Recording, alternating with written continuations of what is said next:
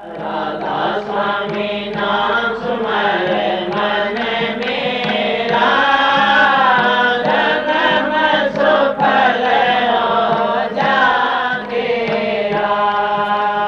राधा स्वामी नाम सुमरे मन मेरा, जन्म सुफल हो जाएगा। राधा स्वामी दयाल की दया, राधा स्वामी सहाय राधा। तो सत्संग के प्रेमी हैं, उनको और किसी चीज में इतनी रुचि नहीं होती जितनी दर्शन करने में, सत्संग सुनने में और संगत में बैठ के आनंद लेने में आती है।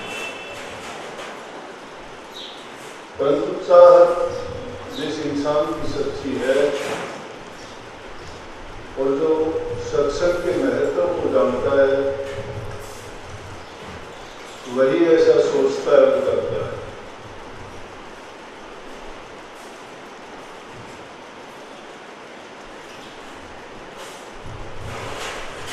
पहले भी आपने कई बार शब्द भी सुना होगा, इस बारे में सत्संग भी सुना होगा, लेकिन जब भी किसी बात को बार बार सुनते हो तो उसका पाओगे कि हर बार आपके विचार एक जैसे नहीं होते, हालात एक जैसे नहीं होते, परिस्थितियां एक जैसी नहीं होती।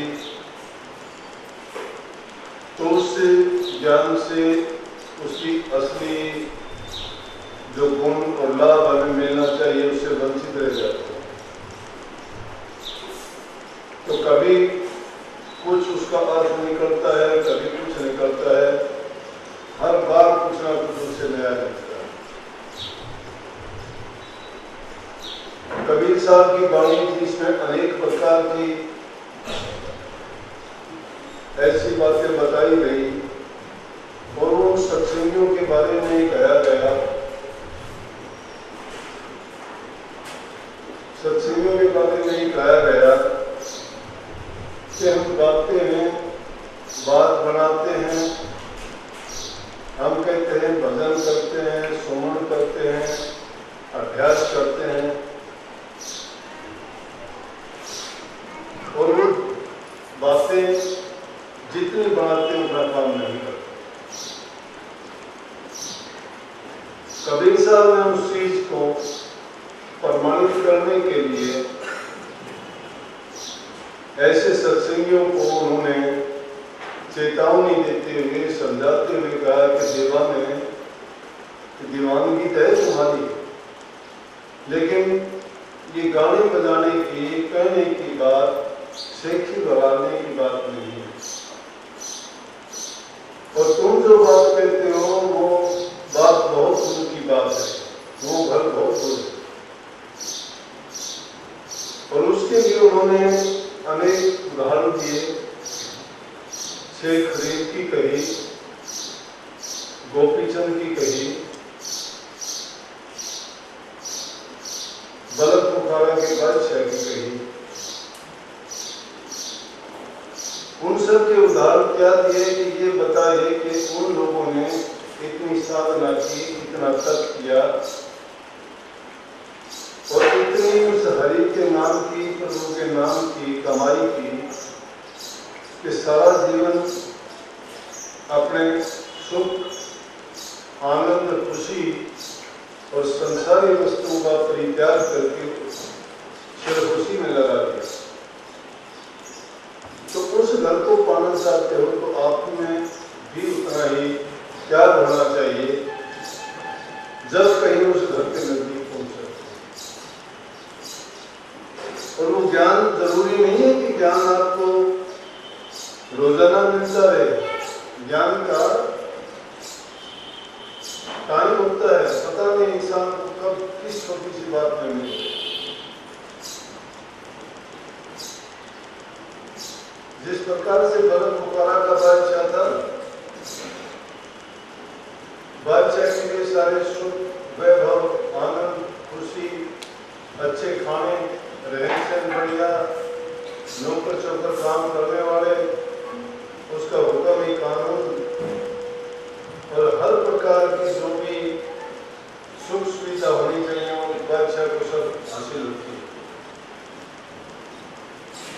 बलद बुखारा का बादशाह जहाँ कहीं भी सत्संग का, हरि नाम का या त्याग से संबंधित बातों का जिक्र आता है तो उनका नाम मुख्य करके लिया जाता है। और उनके जीवन को बदलने वाली एक छोटी सी घटना थी, जैसे फूल है, फूलों ने उसके जीवन को बलद बुखारा का बादशाह ये ना सोचना मैं आपको कहानी बता रहा हूं। सत्संग नाम इसी का है कि उन बातों को चेत के सुन के अपने जीवन के अंदर उन बातों से गुण हासिल करना चाहिए, उसका तात्पर्य समझना चाहिए। सवामती फूलों की सेज उसके लिए रोजाना लगती थी और उस सेज पर वो विश्राम करता था, सोचता था। कहते हैं कि एक दिन जो नौकरानी उस सेज को तैयार करती थी, सवामन फूल उसके बिस्तर पर सजा के भांति भांति के खुशबूदार विचार आया कि राजा रोजाना इस सेज को सोकर कितना आनंद आता होगा, क्या मजा आता है। राजा तो रात को सोएगा और फोन देखता है, मैं रोजाना करती हूँ, 1 मिनट में देखती हूँ। अब लोगों को कहाँ इतना समय मिलता है, हाली थकी थी, नौकरानी थी, नींद पूरी नहीं होती थी, सारा दिन काम करते करते थकी हुई थी। शाम का टाइम था, सोनू की सेज बिछाई और उसने उस पर 2 मिनट के लिए सोचा कि मैं एक बार देख के गई हूँ, उससे मुझे पता लगेगा इस पर सोने से कितना आनंद आता है। तो वो जमीन पर सोती, उसके पास सही बिस्तर भी नहीं होते। लोगों को कौन पूछता है क्या खाते हैं, कैसे रहते हैं, जीवन क्या है, समय पर नहाना नहीं, समय पर खाना नहीं, तो दूसरों के लिए अपना सुख त्याग देते हैं, उनकी सेवा में अपना समय लगा देते, अपनी परवाही नहीं करते। तो जब उसने उसके सोते ही उसको थकान के कारण नींद आई, और नींद आने तो उसको पता ही नहीं चला कि कब टाइम गुजर गया। सोने का टाइम आया, राजा आके देखता है तो राजा की सेज पर नौकरानी सो गई। नौकरानी को जब सोए हुए देखा, राजा को बड़ा गुस्सा कि ये हिम्मत कि रानी भी मेरी सेज पर आके नहीं सो सकती, अगर कोई बात होती है तो मैं ही रानी के रहने वाले कमरों के अंदर जाता हूँ और उनकी ये हिम्मत नहीं है कि बिना इजाजत के मेरे बिस्तर पर आके कोई बैठती जाए। अभी नौकरानी होकर सोई हुई, राजा अधिकारी होते हैं, बल्कि शास्त्र तो यहाँ तक कहते हैं कि तप्तेश्वरी सो राजेश्वरी, राजेश्वरी सो नरकेश्वरी। तप करने से जीव का कल्याण नहीं होता, आवागमन नहीं छूटता उसका। आवागमन तो किसी से छूटता है, नाम के अभ्यास करने से वो मुश्किल से लगता है। और उस तरह का योग सभी संतों ने बताया, नई बात नहीं है। कबीर साहब ने कलयुग में बताया, लेकिन पर्दे में बताया। और ये तो बात की बात है कि राधा स्वामी मत में शिवदयाल सिंह जी जब प्रकट हुए, उन्होंने इस राधा स्वामी मत में उस योग को खुद के बता दिया कलयुग। इसीलिए बेनती और प्रार्थना में सुनते हो, गाते भी हो आप रोजाना, उसमें साथ बता भी रहती है कि कलयुग में स्वामी दया विचारी प्रकट करके सबक दिखाया। और बीच में भी वाणी में कई जगह आया है कि सबक गुप्त जब रहा अनाम सबक प्रकट कर धैर्य। उससे पहले शब्द गुप्त था, प्रकट नहीं किया किसी ने। कबीर साहब के पास समय आया, धर्मदास ने पूछने की कोशिश करी, तो कबीर साहब ने उनको ये कहा कि प्रकट कहूं तो मानियो तुम कहानी का जोर। कि अगर मैं करके वो शब्द बताऊंगा, शब्द को अगर प्रकट कर दूंगा, तो मुसलमान समाज का दौर है, पहले से ही हिंदू और मुसलमान की आपस में झगड़ा रहता है कि कोई मुझे हिंदू कहता है, कोई मुसलमान कहता है। जब आप बात कहूँ मैं अगम लोग की, तो करके पकड़ने चो कि अगर मैं वो अगम की बात प्रकट करके बता दूंगा तो मुझे ऐसा पकड़ेंगे और मुझे भी सजा देंगे। इसलिए कबीर साहब ने प्रकट नहीं किया, प्रकट करने के लिए आए थे। लेकिन स्वामी जी महाराज जब आए, उन्होंने प्रकट कर, उन्होंने सूरज योग को प्रकट करके ये कह दिया कि उसको 8 साल का बच्चा भी कर सकता है, 60 साल का बुजुर्ग भी कर सकता है। तो इसलिए उसके लिए इतना साधारण और ये दरवाजा स्वामी जी महाराज ने कलयुग में खोल दिया। उस टाइम में कहीं भी ये शब्द योग, सूरज शब्द का योग, ये अभ्यास प्रकट करके किसी ने बताया नहीं। अब जब सस्ते में मिलता है तो जी इससे लाभ उठाना ही नहीं चाहते, समझते नहीं, और जो समझ जाते हैं उनके लिए कितना सादा है कि घर में रहते हुए सारे सुख सुविधा आराम सब प्रकार के अपने कार्य कर्तव्य पूरे करते हुए, घर की समाज की जितनी जिम्मेवारियां उनको निभाते हुए और साथ साथ उस योग को करते हुए अपने जीवन को सफल कर सकते। तो मैंने कहा था कि जो तप करते हैं, तप करने के बल से राज मिल जाता है, जीव का कल्याण नहीं। लेकिन सूरज शब्द के योग से जीव का कल्याण हो जाता है, दोबारा नहीं पैदा नहीं आता संसार के रूप हो। तप करता है उसको राज मिल जाता है, राज मिल जाता है, ईश्वर राजेश्वरी, और राजेश्वरी ईश्वर लड़केश्वरी, जिसको राज मिल जाएगा उससे उल्टे सीधे काम होंगे। कहीं आदमी को गलत सजा दी जाएगी, अहंकार के बस होकर कहीं भी लड़ाई करेगा तो उनकी हिंसा होगी, और दूसरी प्रकार के अनेक प्रकार के पाप कर्मों से बनेंगे तो क्या होगा, बुरे कर्म करने के कारण कर्म का भोग नरक में जाना पड़ेगा। लेकिन ये बात बताने के पीछे असल बात कहती है कि राज करने वाला जो राजा लोग होते हैं उनमें अहंकार होता है, पद का अहंकार होता है, ताकत का अहंकार होता है, धन का अहंकार होता है। वो सोचते हैं कि मैं प्रजा का मालिक हूँ, मैं राजा हूँ, मेरे पास अपार धन संपत्ति है, मेरे जीवन के पास किसी धन नहीं होगा, मेरा बहुत बड़ा राज्य है, मेरा हुक्म चलता है। पद का गर्व, धन का गर्व, ताकत का अभिमान, ये चीजें उसको अहंकारी बना देते हैं, और वो जो बोलता है वो होता भी है और वो अपनी चलाना भी चाहता है। तो उसने सोचा कि नौकरानी की हिम्मत कैसे हुई कि मेरे बिस्तर पे आके सो गई हो। उसने थोड़ा उठाया और उसको पीटना शुरू कर। थोड़े जब एक दो उसके शरीर पर पड़े उसको दर्द हुआ, एक दो बार तो दर्द होने के बाद वो चिल्लाई, जब तक उसकी नींद खुल गई उसको होश आ गया। लेकिन उसी टाइम उसके दिमाग में विचार आया कि कमाल हो गया, मैं थोड़े से मैं सोई होगी, घंटा आधा घंटा में तो नींद आई होगी, दादा उसके लिए मुझे ये सजा देता है, कोड़े पर कोड़े बरसाए जा रहे हैं। लेकिन ये तो सारी जिंदगी मैं तो कब से इसकी सेज लगा के आई हूँ, और ये सारी जिंदगी इसी सेज पर सोचता आया है, तो इसका अंत टाइम जब होगा तो इसको क्या सजा मिलेगी। बस ये बात उसके दिमाग में आते ही गांधी ने हंसना शुरू कर दिया। राजा उसको मारता जाता है, वो हंसती जाती है। राजा ये बात देख के कि अजीब पुत्र है कि इसको तो तकलीफ हुई, इसको तो रोना चाहिए था, लेकिन ये कहाँ से दिया। राजा के हाथ से कोड़ा छूट गया, और कोड़ा छूटने के बाद उससे कहता है कि तुम मुझे ये बता हंस क्यों नहीं। कहने लगी राजा कोई बात नहीं, ऐसे ही आप अपना काम करो, मैंने गलती की उसकी सजा दो।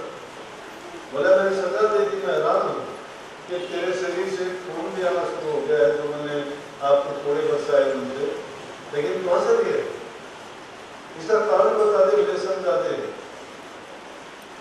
कि हंसने की क्या बात है इसमें, मुझे तो इतनी तकलीफ है उसके बाद हंस लिया। बोला कोई नहीं रहता, ये बात जो हो गया वो हो गया, आप जो चाहो वो सजा दो। बोले नहीं पता। कहने लगी राजा वही थी मुझे तकलीफ हुई थी, आप तकलीफ। लेकिन इंसान को सुख दुख कब होता है जब तक उसको समझ और विचार उसके नहीं है। हम भी दुनिया में दुख इसलिए भोगते हैं कि हमें समझ नहीं। कोई चीज हमसे छूट जाती है, टूट जाती है, हम सोचते हैं हमारी चीज को लेके जा रहा है। अगर वो हमारी चीज होती है तो उसको कोई लेके नहीं जाता। किसी की चीज ये नियम है प्रकृति का, कोई छीन ही नहीं सकता। तो देखते हैं लोग, अगर छीनते हैं लोग, लेकिन वो चीज हमारी नहीं, हम उन चीजों से बंधे हुए हैं। इस प्रकार से बंधे हुए हैं, वो चीज हमारे लिए बंधी हुई नहीं है। संसार के पदार्थों के लिए हम भागे भागे फिरते हैं, उनको हम जोड़ते हैं, वो हमसे नहीं जोड़ते। जैसे एक गुरु और चेला बैठे हुए थे और एक आदमी गाय को पकड़े हुए जा रहा था, रस्सा बांध रखा था। तो चेला कहने लगा कि देखो कि बोले गाय को पकड़े हुए जा रहा है। बोला नहीं, गाय को पकड़े हुए नहीं जा रहा, गाय ने इसको पकड़ रखा है। बोले जी रस्सा गाय को बंधा हुआ है, ये बोल रहे हैं आप भी अजीब बात करते हो गुरु जी। बोले भाई गाय ने इसको पकड़ रखा है, इसने गाय को नहीं पकड़ा। बोले क्या बात करते हो? बोला देख दिखाऊं। बोला हाँ। बोले जाके उसका रस्सा छुटवा दिया। रस्सा छूटते ही गाय भागनी शुरू होगी। जब गाय भागी तो उसके पीछे पीछे भागता है। बोले कि वो रस्सी से बंधी हुई थी, जब उसके साथ चलती थी, रस्सी के बंधा हुआ उसके पीछे भाग रहे।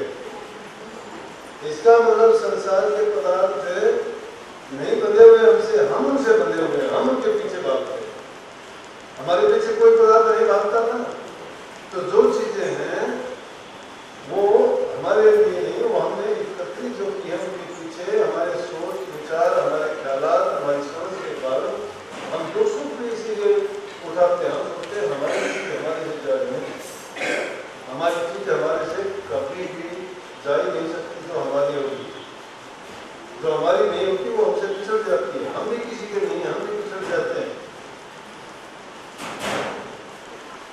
तो जब उसको ये ख्याल आया तो कहने लगी राजा कि जब मैं 1 घंटा 2 घंटे या बहुत ज्यादा कम टाइम होगा, इतनी देर आपकी सेज पर सोई, उसकी सजा मुझे मिली है, आपने 20-50 कोड़े मार दिए और आप तो कभी से इस पर सुनते आए हो। मुझे असर इस बात का है कि आपको क्या सजा मिली।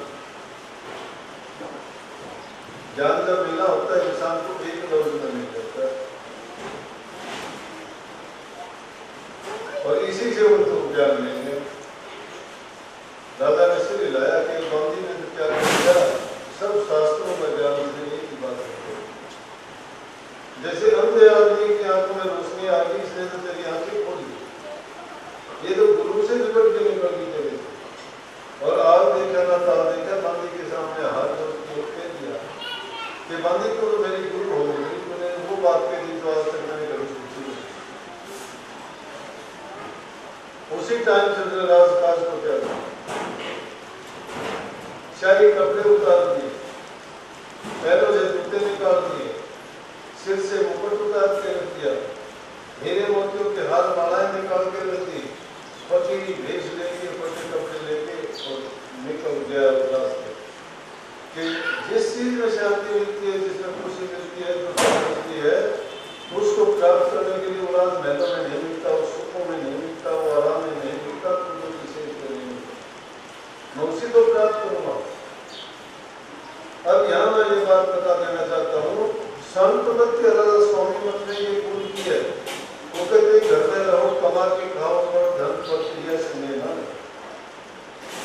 इतना सादा कर दिया कि घर में रहो, जरूरत के मुताबिक सारी चीजों का भी भोग करो, लेकिन जरूरत से ज्यादा किसी चीज को न संग्रह करने की कोशिश करो, न प्रयोग करने की कोशिश करो।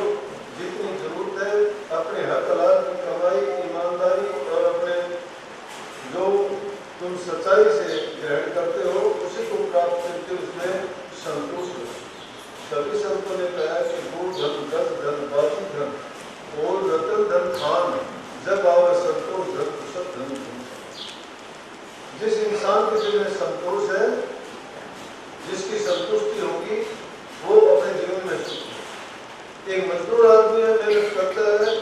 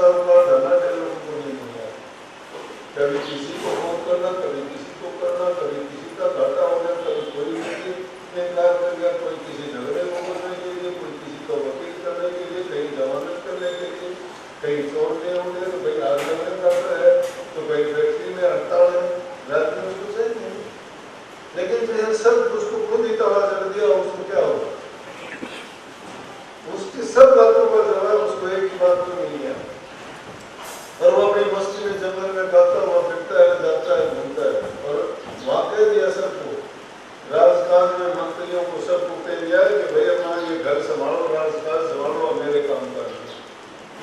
और मस्ती में क्या रहता है? सुल्तानी बलख बुखारेदा, सुल्तानी बलख बुखारेदा। ये बलख बुखारेदा तो बादशाह है वो। कभी पल्लनिया में चाल तेरी आज पाए लगी दारेदा, तन पहुंच के पोशाक दिया तंत्र भूकर भारेदा। अतः खाता छत्तीस कपार भोजन थे आज बासी साल सकारेदा, सुल्तानी बलख बुखारेदा, सुल्तानी बलख बुखारेदा। और सारा तेरे सुनते आगे कहता है, बांधी तुम मेरे पूरा समान करा बता दिया प्यारे दा, सुल्तानी बलख बुखारेदा, सुल्तानी बलख बुखारेदा। कहता बांधी तू तो मेरे गुरु से निकल के निकल गई, तूने उस प्यारे का, रब का, खुदा का, मालिक का, जो सारी दुनिया का मालिक है, उसका रास्ता बता दिया। मैं तो सस्ते में पिटा जा रहा, सस्ते में पिटता जा रहा था संसार में। इन झूठी चीजों के कारण, झूठी इज्जत के कारण, झूठे अहंकार के कारण, इन संसार के पदार्थों में लटपट होते इंद्रियों के भोग के लिए, अपने शारीरिक सुख के लिए मैंने तो अपना पूरा जीवन बर्बाद कर दिया। लेकिन आज ऐसा मौका दिया गांधी, में तेरा ऐसा नहीं। और वही आदमी हाथ साधता है जंगलों की, तब करता है, साधना करता है, और ऐसा उसने परमात्मा का भजन किया, इतना उसने लगन के साथ कि कहते हैं सीधी शक्ति उसमें आ गई। और एक दिन जब नदी के किनारे बैठा था तो मंत्री लोग उसको ढूंढते ढांढते आए और आके कहने लगे, बादशाह चलो आज भी बलख बुखारे की गद्दी आपका इंतजार करती है, प्रजा बहुत याद करती है, चलो। उन्होंने पहचान लिया, हंसने लगे। बुदर सी रहा है सुई से बैठा राजा, बुदर सुई से सीता सी रहा है। और मंत्री लोग उसको कहते हैं बहुत ढूंढते ढूंढते हैं, मुश्किल से इतने दिन में आप मिले हो, क्या ये करते हो आपका काम ये थोड़ा है कि आप चलो। बोला मैं अपना बुदर सीखता हूँ भाई, और मैं नहीं चलूंगा। बोला जी आप चलो, क्या बुदर की बात, वहाँ मखमली से आज भी आपका इंतजार कर रही है। बोला नहीं, वो करते करते कहने लगा कि वहाँ मुझे क्या मिलेगा। बोला जी जो आप चाहोगे वही मिलेगा। तो करते करते मुझे सुई पानी में सुई पानी में फेंक के कहने लगा, मैंने सुई निकाल के जाकर फिर मैं लेके चलूँगा। बोला हजारों सुई आपको वहाँ ले देंगे, छोड़ो इसको। बोला सुई यही जाती तो। उन्होंने कोशिश करी, काम नहीं की, पानी की धारा थी। कहने लगे ये तो आप क्या सुई की बात करते हो, आप चलो इतनी क्या आप जैसे सोने चांदी की सुई बनवा देंगे आपको। बोला नहीं, लेकिन बोला तो उसी टाइम पे दृष्टि डालते ही बच्ची उस सुई को मुंह में लेके ऊपर और उसको सुई दे दी। बोला कि तुम ऐसा कर सकते हो जो वहां दे सब कहने लगे जी ये तो हमारे पास नहीं है। बोला ये अगर तुम्हारे पास है तो मुझे क्या दे सकते हो, इसी चीज के लिए बनाया। लेकिन उन्होंने ये हासिल की, और ये तो बताने के लिए बात भी अच्छी लगती है, संत मत इस चीज की इजाजत नहीं देता। संत इस चीज को नीची चीज मानते हैं। ये चीज तो आम बातों में आ जाती है, लेकिन संतों की बात समझ में आएगी। समझना बड़ा मुश्किल है, क्योंकि ज्ञान की बात आदमी कभी कभी उसकी बुद्धि में आती है, अपनी कुछ बुद्धि होने के कारण।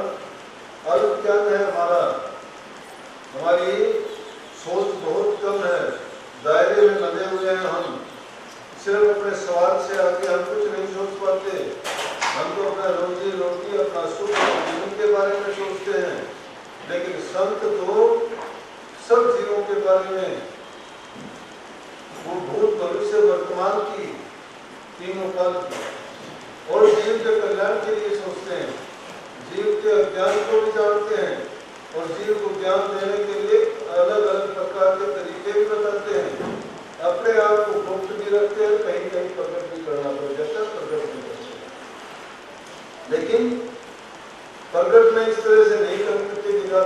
प्रकार की कृषि की शक्ति दिखाना, लेकिन उनकी जब दृष्टि पड़ जाए, उनका जब आशीर्वाद मिल जाए, उनका जब कोई भी शुभ आशीर्वाद और वचन हमें मिल जाए, वही वचन वही आशीर्वाद हमें आनंदित कर देता है और सब गुणों से भरपूर कर देता है। लेकिन करेगा किसका? जिसके दिल में पूरा विश्वास और सच्चाई, जिनका यकीन नहीं है उनके लिए काम नहीं करता। जिनका यकीन है, जिनका विश्वास है, जिनकी श्रद्धा पूरी है, उनको कुछ कहने और सोचने की जरूरत ही नहीं है, क्योंकि दिल के तार जिसके साथ जुड़ जाते हैं वो जुड़े ही रहते हैं। उनको कहने की जरूरत नहीं।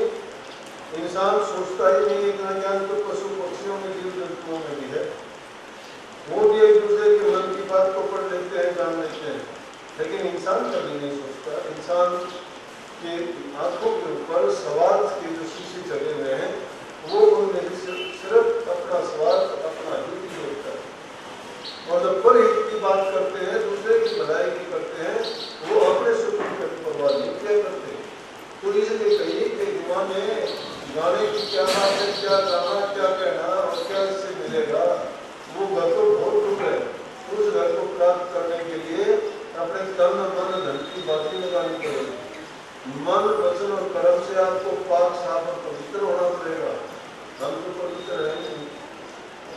और अगर दिल सच्चा हो, तुम्हें कहने की जरूरत नहीं। एक आदमी आपको दिल की पहचान दिल से हो जाती है, नजरों से हो जाती है। एक आदमी को देखते हो देखते तुम्हारा दिल भी जाता है, मन में आनंद होता है। ना बोलो तो भी आप उसकी भाषा से ही समझ जाते हो। दिल के दिल से बात हो चुकी है, आंखों की आंखों से बात हो चुकी है। जबान की बात तो प्रकट बाद में होती है। जबान से तो सिर्फ हम बोल के ही जाहिर करते हैं, वो चीज तो अंदर से ही अपने आप प्रकट हो जाती है। इसलिए इन तीन चीजों के लिए जो बोला गया कि आदमी को अपनी दृष्टि की शुद्धि के लिए जबान सच्चाई से ये, और मन के अंदर कोई किसी प्रकार की ईर्ष्या या द्वेष और किसी के प्रति कोई भावना न रहे। जब दिल के अंदर तुम्हें ये बुराई नहीं होगी, किसी के प्रति तुम कोई ख्याल नहीं रखोगे, तो तुम्हारा दिल अपने आप साफ होता चला जाएगा। लेकिन अगर हमने किसी की बुराई देखनी शुरू कर दी, तो हम कभी अच्छा नहीं सोच पाएंगे। बुरे दिल का आदमी अच्छी जगह जाएगा तो भी बुराई को ही तलाश करेगा, और भला आदमी जहाँ जाएगा वो बुराई की जगह में भी भलाई की जगह में बुराई देखेगा। भला आदमी बुराई में भी आसानी पूछ के जाएगा। जैसे एक बार की बात है, महाराज जी बताया करते कि यही सत्संग करने के लिए थोड़े थे, जब गांव में रात में सत्संग होते थे, बोले कि तो एक आदमी ऐसा था सत्संग करने के लिए, तो कहता है, बोले कि भाई ये ताराचंद भगत है, कभी किसी की बुराई नहीं। कई आदमी बोले मैं करवा दूं उससे बुराई। बोले तो देख ले, हमने तो आज तक किसी की बुराई करता सुना नहीं। इसको कोई कह देता है तो ये बर्दाश्त कर लेते हैं। तो जब गए तो कहने लगे कुत्ता मरा था। बोला कि देख भगत है, बोला कुत्ता मरा था। बोले हाँ महाराज जी काम में रोड कर दी। फिर दोबारा बोला जरा देखो इसमें बदबू आ रही है। होगी भाई, बैठना खड़ा होना है मुश्किल हो गया। तो उसका नाम लेके कहने लगे, मैंने भली ना बताऊं के तो यार इसकी बदबू बुराई क्यों देखता है, तो यूं देखने से दांत नहीं ले सके। तो दूसरे आदमी के बोले अब जवाब दे तुम। तो जिस इंसान की दृष्टि बुराई देखने की तो अच्छाई में भी बुराई देखता है, और जिसको अच्छाई देखनी है वो बुरी चीज में से भी अच्छाई सोच के लेके आएगा। तो कभी भी अपनी दृष्टि में दोष ना होने तो किसी के अंदर बुराई ना रहे। बुराई देखो तो खुद की बुराई देखो, ऊपर देखते हैं तो खुद के ऊपर देखो। दूसरा इंसान आपके ऊपर बताता है, बुराई बताता है, तो उसका एहसान मानो कि इस इंसान ने तुम्हारे लिए बहुत अच्छा काम कर दिया, लगता है अच्छा। कोई तुम्हारा ऊपर बता दे, उसका एहसान मानना चाहिए कि मैं अपनी खुद की बुराई नहीं देख सकता। दूसरे की बुराई देख सकते हैं, दूसरे की बुराई कहाँ देखते हैं?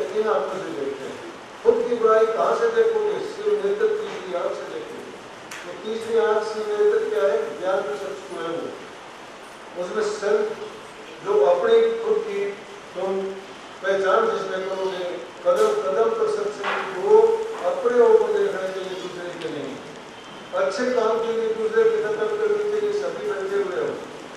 एक प्रेम है अपना ही, दूसरा नहीं है, ये तो नाम लगे हुए हैं, अपने दयाल से सत्संगी है सही।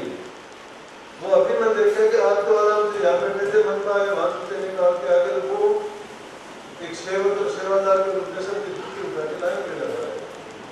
सेवा करने वाले को तो अपने आप प्रकट हो जाएगा, कहीं की सेवा तो नहीं करवाई जाती है, कहीं की तो नौकरी करवाई जाती है, और नौकरी के लिए लोग उसके बदले में तनख्वाह देते हैं, और सेवा बदले में कुछ नहीं चाहती, सेवक कभी भी उसके बदले में कुछ नहीं चाहता, वो सेवा कही जाती है निस्वार्थ भाव से। हम तो अपने आप को बड़ा मानना शुरू कर देते हैं कि मेरे तो जुत्ते भी कोई दूसरा हो गए। मैं ये छोटी छोटी बातें आज से नहीं, मैंने 1977 से गुरु की शरण में जब गया वहां से मैं एक एक बात को दूसरों से सीखता रहा। मैंने अपना काम जहां तक होता है तो मेरा काम नहीं करता, मैं किसी को तकलीफ नहीं, आश्रम में भी होता हूँ, बच्चे मेरे पास नहीं होते, कोई मेरे से मिलने के लिए आता है ना, उससे आने से पहले फटाफट में चटाई बिछा देता हूँ, उसको भी नहीं पता कि किसने बिछाई, और मैं आराम से ऊँट बिछा के और अपना आप बैठ जाता हूँ, उसको भी नहीं पता लगता किसने मेरा क्या गया उसमें। लेकिन जो मुझे सेवा करने की आदत थी वो मैं भूला नहीं, अभी नहीं। क्यों नहीं भूला मैं? कि मुझे जो कुछ मिला वो सेवा करने से मिला। जो इंसान सेवा नहीं जानता उसके दिल में प्रेम नहीं होगा, जिसके दिल में प्रेम नहीं है वो भक्ति नहीं कर पाएगा। अगर भक्ति करना चाहते हो तो सेवा सीखो, सेवा करोगे तो दिल में प्रेम आएगा। सेवा करने से मान अभिमान खत्म होंगे। बड़े मत बनो, छोटे बनो, बड़े बनोगे माने जाओगे, दुख उठाना पड़ेगा, छोटे बनोगे कुछ नहीं। दो गुरु से लादा रहते, जाते जाते जंगल में थकान होगी, गुरु चेला दोनों देखने लगे, चेला थक गए, बोले जी मकान है इसमें आराम कर ले। वो मकान पर लगा के गिरा डाले। जब उसको फुर्सत का टाइम होता था वहां के आराम करता था, कमरे खुले हुए थे, तो रास्ते में चलते चलते गुरु ने उसको चेले को कहा, बोले जी कोई उपदेश जो मेरे को ज्ञान की बात बताओ। तो संतों का तो हर बात में उपदेश होता है। वो बोले भाई चेला आदमी ने कभी पढ़ना नहीं चाहिए। ठीक है, वो गए उस मकान में जाके एक बिस्तर वो ले लिया, एक नहीं देर में थोड़ी देर में पहले देखभाल करने वाला समूह आया, सब सोया पड़े, उन्हें आगे उसको कहा भाई खड़ा, तो चेला था पहले खड़े वाले बोले क्यों सोया तुम यहाँ, जो पता है चला जाता वो है अभी आने वाले हैं। बोले कौन है तुम? मतलब महात्मा हो। तो दो मानी चाहते, बोले आया महात्मा तो नहीं समझ नहीं है। फिर दूसरे कमरे में देखो तो बूढ़ा महात्मा था, उसको जाके बोले कि तुमकी जान क्यों आ रहा? बोला भाई पता कौन था, और गलती हुई आपको। बोले बाहर निकल के आए हैं जिन्हें बोला जी आपने क्यों बोले आओ? बोला बोले कि नमस्ते की गलती होगी, मैंने तो जुनून मारे दो तीन। बोला तुम बड़े हवा भाई कि नहीं? बोला मैं तो बड़े कि नहीं कोई पूछा जब मैंने कोई महात्मा सुनने लग रहा है महात्मा बल्कि मैं कोई बोला मैं तुम्हें कोई नहीं गलती होगी, मेरे बात जो आज हम तक क्या होया था ज्यादा लोग अल्लाह ने तो कही थी उपदेश में कुल ला उपदेश क्यों बोले एक के बाद बताए नवाई करिए बनाएंगे। तो संतों की महात्माओं की हर बात में ज्ञान समझ होता है, नहीं कहीं जिस प्रकार से फुटबॉल में पूरी जगह में सोना पड़ा तो पूरे को नहीं सोते, चाहे वो गंदगी में पड़ा तो उन्हें देख के लाल पड़ा और हम पे उठा लेंगे ना, क्योंकि वो दिखता है कि उसकी लालच है नहीं। इसी प्रकार से तुम ज्ञान गुण की गिरावट हो, गुण जहाँ से मिलते गुण ले लेना चाहिए। तो एक बार हमें चौथे गुरु हुए सिखों में रामदास जी हुए। रामदास जी ने सेवा की 70 वर्ष की उम्र में अपने गुरु की सेवा की, गुरु की के बल्कि समझी की सेवा की 70 वर्ष की उम्र में जाकर। और इतनी सेवा करी बहुत ज्यादा अमरदास जी की। तो उसके बाद भी उनसे वो अपने जो काम करते थे सारे काम करते रहे। तो कुछ लोग बोले, लेकिन बोले गुरु जी, बोले हाँ भाई बोलो क्या बात है। बोले कि अब तो कम से कम आप ये काम ना करा करो। तो कौन सा भाई, मेरा जी काम करते हुए रुपये नहीं करते थे, अब तो आप जिस काम के लिए क्या करते हो गद्दी मिलती वो गद्दी नहीं। बोले भाई बताऊँ एक बात आप लोगों को। बोले कि हाँ। बोला एक आदमी मिट्टी छानने का काम किया करता, और मिट्टी छानते छानते उसको लाल मिल गया। लाल मिल गया तो लाल मिलने के बाद वो मिट्टी छानता रहा। तो लोग उससे कहने लगे कि अब तो लाल मिल गया, मिट्टी क्यों छानता है। बोले मैं लाल मिट्टी छानने से मिला जिसे छानता हूँ। लाल मुझे कैसे मिला, मिट्टी छानने से मिला। तो बोला भाई मैं गुरु की गद्दी सेवा करने में मिली है, मैं तो सेवा क्यों छोड़ दूँ। जिस चीज के कारण मेरा भला हुआ हो उस चीज को कैसे भूल जाऊँ। इसलिए सत्संगी को तो हमेशा ही चाहिए, हर काम में सोचता रहे, अपने व्यक्ति को यूं लगाए रखे कि मेरे किसी भी प्रकार से, मेरे बोलने से, मेरे किसी के काम में करने से, मेरी सोच और विचार से किसी प्रकार से किसी का अनर्थ ना हो, किसी का बुरा ना हो, किसी को कोई कटु वचन ना कहा जाए, किसी के दिल में दर्द ना हो। जो दूसरे के दिल को आराम शांति से सुख देता है, मालिक उसको सर्व गुणों से भर देता है। अब जब तक ये गुण नहीं आते तुम लाख कोशिश करना सूरज शब्द का योग के तुम नाम का सुमरण भी नहीं कर सकते, सुमरण भी नहीं कर सकते, सुमरण का ज्ञान भी नहीं है। ये और मैं बता दूं, मैंने जो काम किया है मैंने आडंबरबाजी नहीं की, मैं एकदम सादा आदमी रहना चाहता हूँ। क्यों कि जो आडंबर में फंस जाता है तो बनावटी बना जाता है।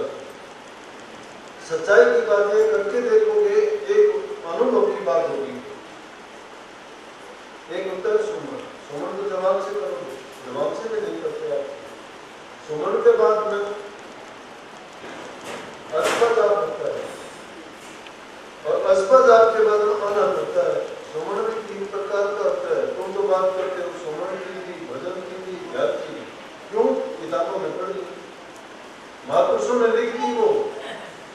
अब उनको लिख तो दी, उनको पढ़ ली, अक्सर ज्ञान है आपको, लेकिन समझ नहीं है, समझ को नहीं है, अभ्यास नहीं करते।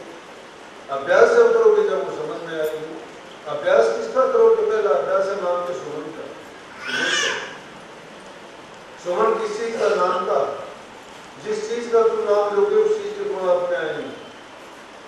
राधा स्वामी नाम के बारे में सार वचन में सबसे पहले अक्षर में लिखे राधा स्वामी नाम तो बाबे स्वरूप है। बात तो बात छोड़ दो, ग्रंथ तो बहुत बड़ा है, पहली लाइन में लिखे राधा स्वामी नाम तो बाबे स्वरूप है। लेकिन वो गाना कौन सा गाना जो समझ में कहते थे दीवाने क्या काम कर दूंगे, वो गाना राधा स्वामी राधा स्वामी राधा से बोलने से नहीं लगता, समझ गए।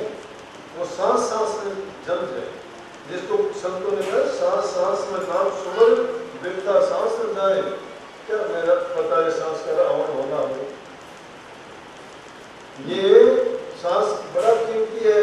कबीर साहब ने कही कहता हूँ कि जात हो का एक बताऊं ढोल, सांस सा खाली जात है 3 लोक का मोल। एक सांस का मोल 3 लोक के बराबर है। ढोल बजा के कहने की जरूरत नहीं, जो नाम लिया है उस नाम का सुमन करो। जो सुमन तुम जबान से करते हो, अगर बिना जबान से करोगे उसमें उससे 10 गुना ताकत ज्यादा हो, और बिना जबान से जो अजपा में चले जाओगे उसमें उससे 1000 गुना ज्यादा ताकत होगी, 1000 गुना उसमें ज्यादा गुण होगा। लेकिन अजपा और अनंत से जो बन जाओगे, जब आप जबान से बेहतरी पानी से जबान से नहीं बोलते, 4 वाणी होती है, परावाणी नाभि में होती है, बसंती हृदय में होती है, मध्यमा कंठ में होती है, और बेहतरी वाणी जबान से होती है। हम जबान से बकते हैं, और वाणियों को तो छोड़ दो, बसंती को तो कहाँ जानोगे, मध्यमा को कहाँ जानोगे। लेकिन उस वाणी का भी कुछ नहीं है। वाणी के बारे में भी कबीर साहब जैसे संतों ने कहा है कि हम 4 वाणी हम ना माने, कि हम 4 वाणियों को भी नहीं मानते। सदगुरु ने जो भेज दिया है वो तुम्हारा कहाँ से, जहाँ रूह की बैठक होती है, रूह की बैठक कहाँ होती है, दोनों आंखों के मध्य में पीछे की ओर, जहाँ तुम बिंदिया लगाते हो, माथे में तिलक लगाते हो, जहाँ 3 नाड़ियां हैं, एड़ा, पिंगला और सुषुम्ना, नाड़ी के रास्ते से जो ऊपर की ओर 10वां दरवाजा है जो गुप्त लगे है शरीर में, उसमें जाके तुम नाक का सुमन करोगे, पहला सुमन जो करोगे वो जबान से ही होगा।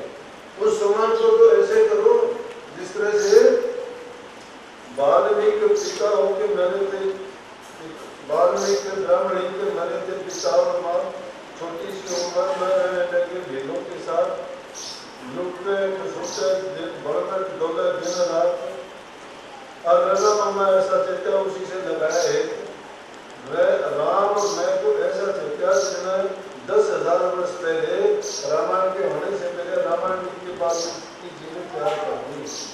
राम का ऐसा सुमरण किया, राम के नाम को ऐसा चेता दुनियादार कहते हैं कि वाल्मीकि ने उल्टा नाम लिया था, शास्त्र में कह दिया उल्टा नाम जपा जब जाना वाल्मीकि ब्रह्म समाना, कि उल्टा नाम जपा और वाल्मीकि जी ब्रह्म के समान हो गए कि वो ब्रह्म में पहुंच गए।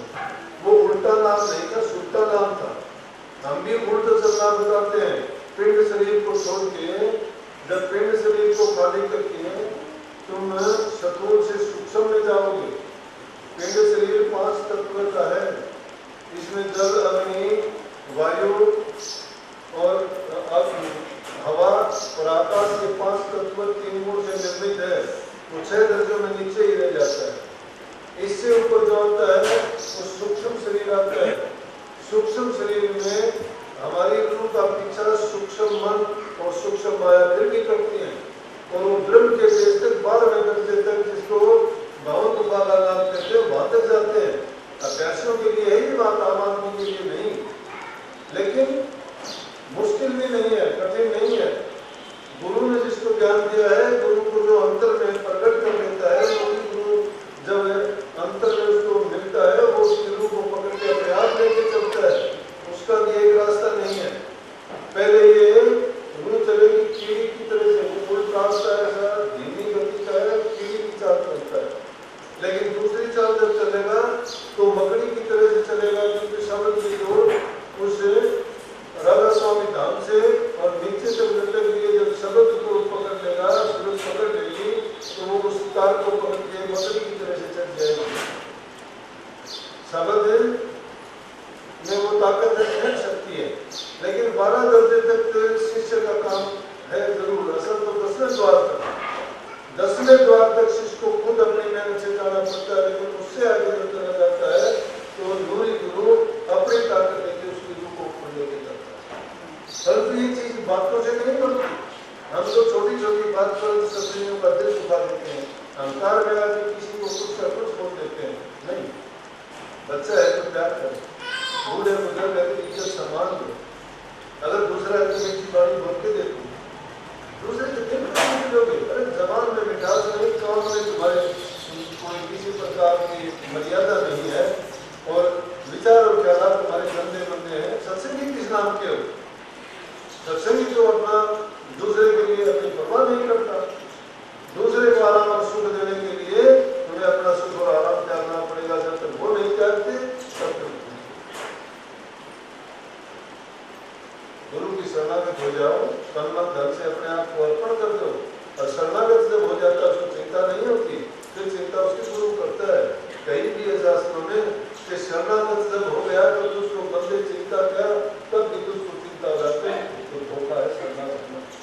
शरणागत जब हो गए तो धोखा है तुम्हारे दिल में। और गुरु के सामने जाके अपना धर्म प्रकट कर दो। जो गुरु के आगे अपना धर्म प्रकट नहीं करता, बच्चा माँ बाप के सामने जाके नहीं बताता, वैद्य डॉक्टर के सामने मरीज जाके अपना रोग नहीं बताता, उसका इलाज कभी नहीं होता।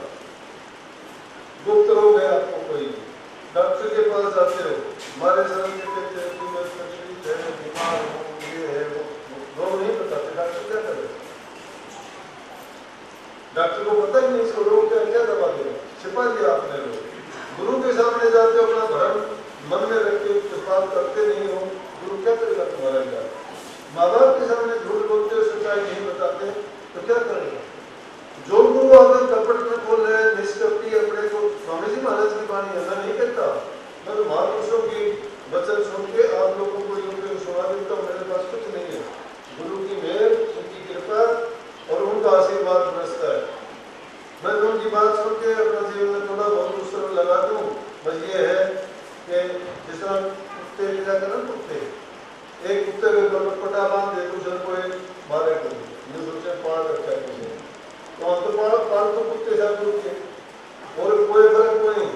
लेकिन गलियारे के कुत्ते कोनी के मन में वो जाके और उसके पीछे हो लेते, पता लग जाता है तो गुरु के दरबार में तो भिखारी है।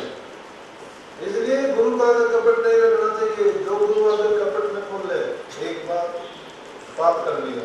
दूसरी, निष्कपटी अपने को बोले तो कहता मैं कपट नहीं करता, मैं सच्चा हूँ, मैं झूठ नहीं बोलता, हो गए दो पाप हो गए। जो गुरु अगर कपट में बोले, निष्कपटी अपने को बोले, जो रटक किया है सोई और उसका कभी सबको इलाज, उसका कभी इलाज नहीं हो सकता। इलाज जब होगा अपने भ्रम और कपट को खोल के देखो। इसलिए भाई सच्चे होके जब चलोगे, एक सत्संगी भी काफी है सच्चा। इतना बड़ा महल मकान है, इसमें एक दीपक जलाओगे सारे में प्रकाश कर देगा। ज्ञान की ज्योति जब तुम्हारे हृदय के अंदर जल जाएगी, प्रकट हो जाएगी, तो अंदर का अज्ञान तुम्हारा भाग जाएगा। लेकिन अज्ञान को लिए हुए तुम अगर ढोंग करते हो कि मेरी जो सब बुद्धियां बहुत ज्यादा बड़ा रखी है, मुझे बहुत प्रकाश है, सब कुछ जानता हूँ, तो धोखा है। सब कुछ मिलने के बाद भी अभ्यासी कभी नहीं कहता मुझे ये मिल गया, नहीं। मन मगन रहेगा सुन रहा सब। जब मन मगन हो जाए तो उसका कहते हैं कि आदमी दासों का दास बन जाए। और नहीं तो चोर लाग जैसे चोर हमने टिकट नहीं दे तो छीन नहीं जाएंगे सारा है। नींद से जागो, चेतो और अभ्यास किया करो। नाम का सुमन तो हमेशा ही किया करो। सुमन करते करते तुम्हारा यही अस्पताल हो जाएगा, फिर तुम्हें जपने की जरूरत नहीं